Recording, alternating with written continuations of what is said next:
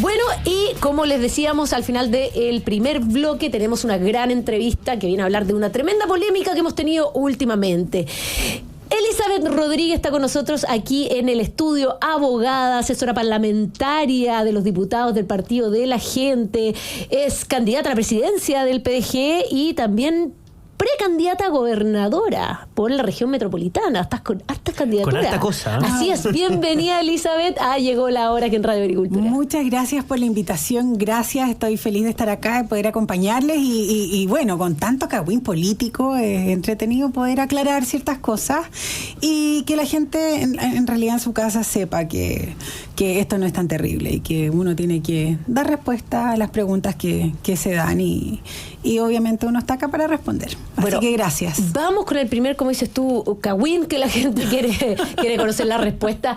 Bueno, vimos esta polémica en que el diputado del Partido de la Gente, Gaspar Rivas, que actualmente pasó a ser vicepresidente de la Cámara, no votó, al parecer, al votar por Carol Carola, la presidencia fue como una disidencia dentro del partido y eso generó una conmoción.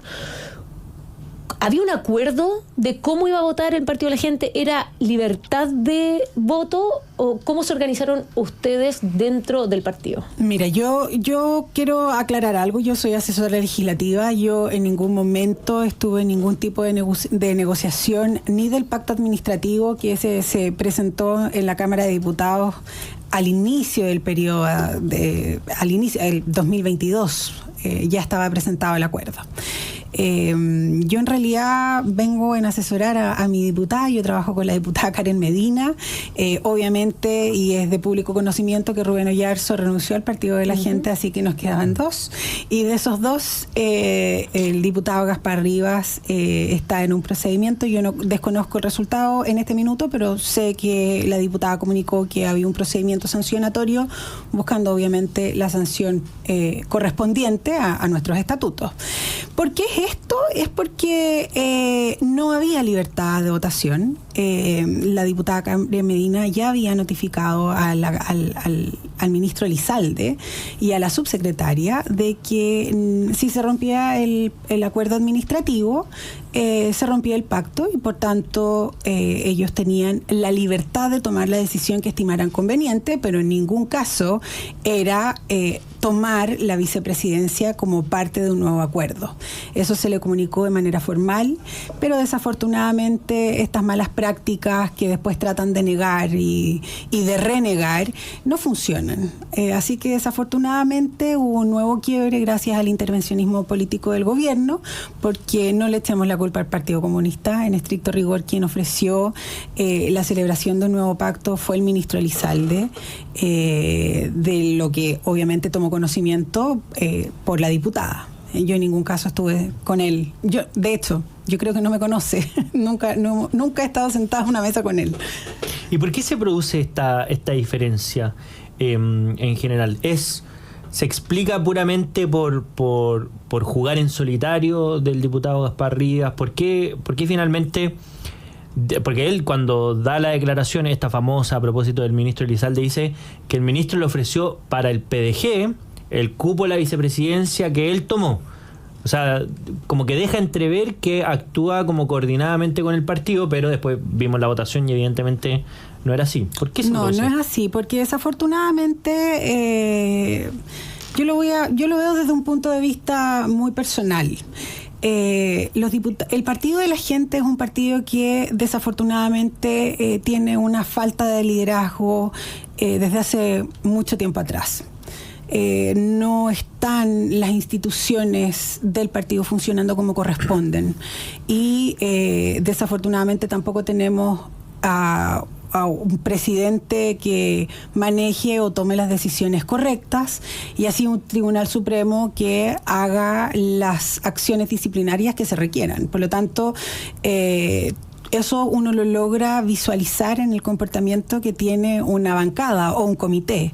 Sean 1, sean 2, sean 5, sean 10. Esto es una falta de liderazgo. Y por lo tanto, yo creo que erróneamente el diputado Gaspar Rivas cometió un error. Cometió un error grave porque afectó de manera, déjame decirte, de manera demasiado sensible al partido de la gente. Nosotros estamos ahora en un proceso de una nueva campaña para la directiva nacional, consejeros regionales, directivas regionales, y esto le cala hondo a las grandes heridas que ya tiene el partido. Nosotros ya veníamos con un quiebre de bancada, claro, también por intervencionismo y el acuerdo administrativo que desafortunadamente no sé por qué ese afán de tener más o de controlar de formas erróneas ciertas acciones en la Cámara hacen que la Cámara de verdad se convierta en un circo romano y que desafortunadamente hace que nuestros diputados tomen malas decisiones, y no solamente por el partido de la gente. Uno lo ve con los independientes, con los que no se suben al avión, con aquellos que no se nombran pero que tampoco estuvieron, porque hay un conflicto de interés en la interna de la Cámara de Diputados y no es fácil poder lidiar con ello. Hay poderes, hay egos, hay negociaciones que por más que muchos lo quieran negar, existen. Eli, en relación a esta falta de liderazgo que tú mencionas, posterior al acontecimiento que ocurrió con el diputado Rivas, vino una disputa, digamos, entre el ex candidato presidencial, Franco Parisi, en el cual mencionó que tanto la diputada como tú habían estado en negociaciones con el Partido Comunista y finalmente no les había funcionado y ahora se estaban como lavando las manos de la situación. ¿Cuál es tu versión de los hechos y por qué se produce este quiebre entre dos grupos que finalmente ambos estaban en contra de lo que hizo el diputado Rivas? Sí, porque yo creo que en los periodos eleccionarios dentro de un partido generalmente saca lo peor de las personas. Yo debo decir que yo nunca he hablado mal de Franco, yo fui su abogada en familia, en su causa de alimentos, así que yo en estricto rigor yo no tengo nada malo que decir de Franco. Pero debo decir que cuando uno no está en el país para poder conversar realmente cómo funcionan las cosas, cómo es el día a día, cuando funcionas a través de WhatsApp o de mensajes, yo creo que se malentiende la información porque el no estar presente tiene una consecuencia, que no es manejar la información. Y este malentendido se da porque yo creo que las ganas de poder, como dijo él en un video en sus redes sociales, tomar el control del partido, retomar el control del partido, dijo, tiene un cuanto de narcisismo y ego, pero debo comunicar y espero que me escuche. Yo no voy a gritar ni voy a decirle nada malo, solamente que nos veremos en tribunales. La violencia política que él ha ejercido a través de las palabras que se utilizaron en distintas redes sociales, no solamente por él, sino que por su protegido, que es Juan Marcelo Valenzuela, al tratar de denostar mi imagen, mi honor, sobre todo en procesos que son complejos en Chile, donde la credibilidad de las personas está en juego todos los días. Y por lo tanto, si él tiene medios probatorios que acrediten que yo negocié con el Partido Comunista, porque él es explícito, dice Eli Rodríguez. Nos veremos en tribunales, esto es una injuria, la hizo con publicidad en los medios formales del partido de la gente. Por lo tanto, yo me he reservado el derecho de interponer la querella respectiva. Yo creo que ninguna persona que quiera ser presidente de Chile tiene ni debería tratar así a ninguna persona, no solamente por ser mujer. Yo jamás voy de víctima por la vida, pero yo creo que en esta oportunidad, si un candidato presidenciable o una persona que quiere optar a un cargo de elección popular debe controlar sus pasiones, debe no ser condenado por su lengua y debe controlar sus tiempos. Y yo creo que en ese sentido, este grupo de personas, no solamente Franco, sino que Juan Marcelo y obviamente el grupo que está detrás de él, que lamento mucho que no puedan abrir los ojos. Muchas veces cuesta sacarse las vendas de los ojos cuando uno le tiene fe a ciertas cosas, pero como dice un amigo, un muy buen amigo que también va a ser candidato a gobernador, que ya se inscribió, Rodrigo Logan, el dato mata el relato. En eso estamos. Y yo creo que cuando uno llega a la política desde la nada, es decir, desde la ciudadanía, desde las regiones, desde otro sistema social, hay que poner la cara, hay que poner los ojos, hay que leer, hay que estudiar, hay que prepararse, pero no hay que dejarse pegar.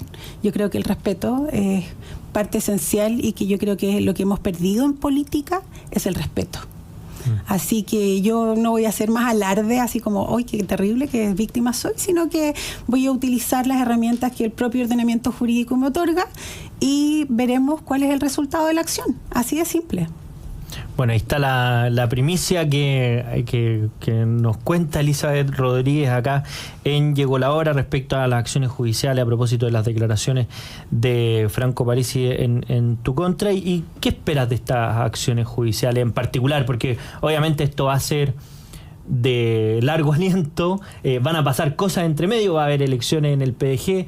¿Cuál va a ser el reacomodo del PDG con esta circunstancia en paralelo? ¿Cuál va a ser el rol de Franco Parisi en particular? ¿Cuál crees que debería ser tu rol en esta nueva etapa del PDG? Que tú lo comentaste al principio también, pero respecto a la bancada, cómo se había ido desintegrando, pareciera como que requiere un nuevo impulso. Requiere definitivamente un nuevo impulso. Es un partido que tenemos un poco más de 41.000 adherentes. Siempre tenemos nuevas incorporaciones al partido, a las que agradezco, porque el Partido de la Gente no ha vivido un momento fácil. Hacer política en Chile en este minuto, yo creo que es el momento más complejo de entrar a la política, sobre todo por la desconfianza y la sinvergüenzura, porque ya hay cosas que no tienen nombre, uno no tiene cómo justificar. El Partido de la Gente ha sido secuestrado, esa es la palabra que utiliza nuestro equipo. Yo no hablo solamente de mí, hablo de nuestro equipo, porque en el Partido de la Gente somos todos. El PDG, el que es afiliado al PDG sabe que pertenece a un grupo político que quiere cambiar muchas acciones, que no va a ser fácil, no, que no es corto tampoco, va a requerir de mucho esfuerzo, de mucho trabajo, y esperamos que podamos tener las herramientas, creemos tener las herramientas, el conocimiento para poder enfrentar este dilema que nos ha tenido entrampado en conflictos pequeños que no aportan en nada a poder otorgar beneficios o soluciones a los problemas que nuestro país tiene. Es decir, la mirada a largo plazo no tiene que ver con lo que yo necesito, sino que tiene que ver con qué puedo ofrecer yo para hacer de nuestra sociedad un espacio un poco más cómodo, un poco más feliz, un poco que podamos conversar sin faltarnos el respeto. Y yo creo que eso es lo que debemos tratar de aportar desde nuestra vereda. Oye, lo que ocurrió con el diputado Rivas, finalmente, de la mayoría de las perspectivas, al menos la gran mayoría de ustedes, como los liderazgos dentro del partido, fue que esto era inaceptable, que no podía ser, que no representaba el partido. En términos de tratar de salir del dilema que están viviendo como partido, ¿cuáles son las señales que vienen tras lo que ocurrió? Bueno, estamos preparando para la próxima semana la acusación por intervencionismo político respecto del ministro Elizalde. Por más que las personas traten, y lo digo con todo respeto, de desmentir hechos, los hechos son una realidad. Nos consta el nuevo ofrecimiento que le hizo el ministro Elizalde a la diputada Karen Medina y no el Partido Comunista a la diputada Karen Medina. Son cosas diferentes. Por lo tanto, cuando el diputado Gaspar Rivas señala que el ofrecimiento era para el Partido de la Gente en relación a una vicepresidencia, que era la primera, y la presidencia de la Cámara en el periodo que viene, era para el Partido de la Gente, pero la diputada, quien tenía la facultad de representación hasta ese minuto de los 3 diputados del PDG, ya le había señalado formalmente que no, que se rechazaba esa oferta, y por lo tanto ofrecerle al diputado después en privado a través de una llamada telefónica y convencer al diputado de ello, déjeme decirle que hay una transacción, hay un objeto, hay una causa y hay un precio. Ese precio lo está pagando el Partido de la Gente y ese precio lo ha pagado con sangre. Por lo tanto, el que paga con sangre sabe cuáles son las consecuencias. Y ahí una de las cosas que ha estado en la polémica es el rol del ministro Elizalde? Porque claro, algunos hablan de, está bien, son de la misma coalición política, pero ¿hasta qué punto le corresponde al Poder Ejecutivo intrometerse en las cosas que están pasando dentro del Poder Legislativo, como el nombramiento de la mesa directiva de la Cámara de Diputados? ¿De qué naturaleza eran los ofrecimientos y hasta qué nivel de detalle está inmiscuido el ministro Elizalde? Es difícil responder esta pregunta, porque a la larga lo que uno hace también es enfrentar la realidad con la verdad. Que muy pocos políticos se atreven a hablar con la verdad. El ministro Elizalde es un pilar fundamental para tanto el Ejecutivo como para los números o el bloque de diputados del oficialismo en la Cámara. Es esencial. Si el ministro Elizalde no lograra generar las negociaciones, el puente, el diálogo con el conglomerado completo, déjame decirte que eso no sería un circo romano, sería cualquier otra cosa, porque de verdad que es muy difícil lograr acuerdos en ese espacio legislativo. Desafortunadamente, lo que el gobierno no ha entendido es que cuidar el trabajo no es más importante que el bien común. Cuidar el trabajo no es más importante que el trabajo como corresponde o que el propio principio democrático de poder escoger a quienes estimemos conveniente, inclusive en un pacto administrativo, en una votación en la Cámara.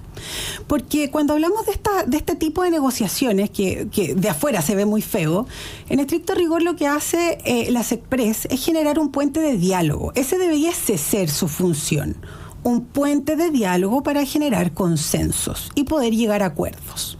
Pero el intervencionismo político lo que hace es otra cosa, es presentar una idea, negociar la idea y generar ofrecimientos para que acepten esta idea.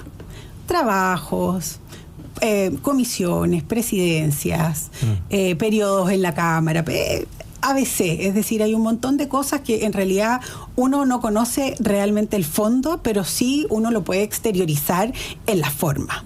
Y ahí el gobierno, el Ejecutivo y en este caso el ministro Elizalde, yo creo que ha equivocado el camino, sobre todo después de haber perdido el Senado, después de haber sido muy golpeado con la pérdida de las comisiones más importantes en el Senado, que finalmente eran las comisiones que permitían que las reformas más importantes para el gobierno pudieran tomar curso. En este caso, el Senado ya no está con las herramientas de facilidad que le permitían hacer su trabajo. Eso le estaba pasando lo mismo en la Cámara. La diferencia es que en la Cámara es mucho más rápido el timing de negociación, el timing de tablas, eso es mucho más dinámico y genera un conflicto y una tensión interna que es evidente. Es decir, menos mal que la semana legislativa es de lunes a miércoles, porque de lunes a viernes yo creo que los pobres diputados y asesores estarían, no sé, en la UTI, de verdad. Es una tensión que se vive adentro diario y que no es fácil.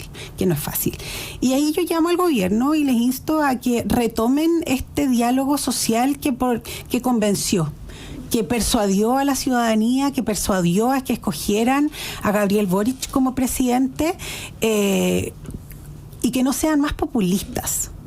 Porque hay mucho populismo en el proceso de crear normas. Hoy día estábamos discutiendo de una norma que yo la encuentro una aberración para la mujer, que es un permiso laboral por el solo hecho de nosotros estar menstruando con dolor. Yo creo que ese proyecto puede ser muy bonito para un grupo de personas que creen, no sé en lo que creen en realidad, pero para uno que es mujer, profesional, que se ha dedicado a cuidar no solamente a sus familias, a sus hijos, a crearse de manera individual y crear este tipo de normas y no darle una altura profesional al tema, hace que este feminismo tan prometido por la izquierda se caiga a pedazos y nos hace muy mal a nosotras, las mujeres. Y yo creo que eso es lo que el PDG quiere retomar. Yo sé que el PDG está muy vaculeado, está muy golpeado, pero seguimos teniendo 41.000 adherentes clave única y sin refichaje, Claro. que eso es importante. Es verdad. Y por lo tanto vamos a seguir dando la pelea. Yo creo que las peleas se pierden cuando se acaba la guerra. Y en este caso estamos en un estado de guerra, en paz obviamente, pero esto no para, las batallas son diarias porque el bien de nuestro país no termina. Así que acá vamos a dar la pelea, amiga. Muchas gracias, Eli. Estábamos conversando con Elizabeth Rodríguez, asesora parlamentaria de la bancada del Partido de la Gente. Muchas gracias, Elizabeth, por estar con nosotros. Esperamos seguir atentos con lo que va pasando con esta situación. Y bueno, esperamos contar contigo para que nos vayas contando qué pasa dentro del PDG. Y